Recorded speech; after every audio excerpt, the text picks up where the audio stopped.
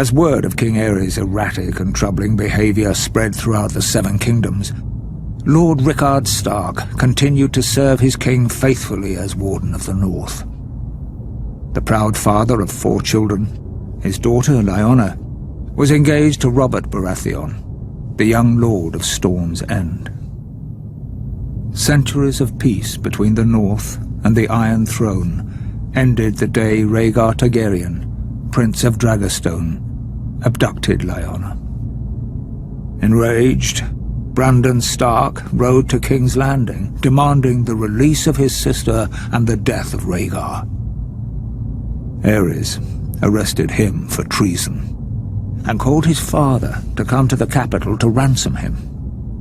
When Lord Rickard complied, Æris, now utterly mad, arrested him for treason as well. Lord Rickard demanded a trial by combat. Æris declared fire the champion of House Targaryen, and had Lord Rickard suspended from the rafters of the throne room while pyromancers lit a blaze beneath him. As he burned, Brandon was brought into the throne room. A leather cord attached to a strangulation device was wrapped around his neck.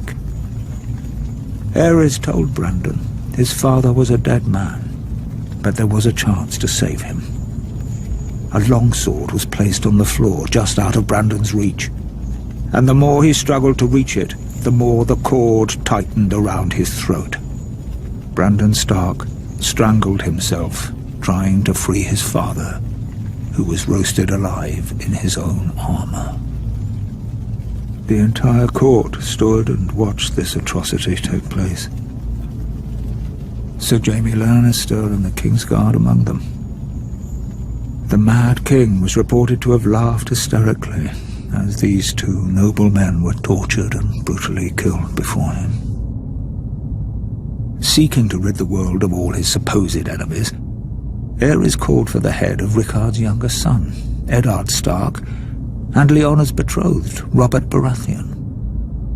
He sent word to Lord Jon Arryn, who had fostered both young men at the Eyrie, to apprehend them. Instead, Lord Arryn joined houses Stark and Baratheon in rebellion. Robert vowed to kill Rhaegar Targaryen and get his beloved Lyanna back.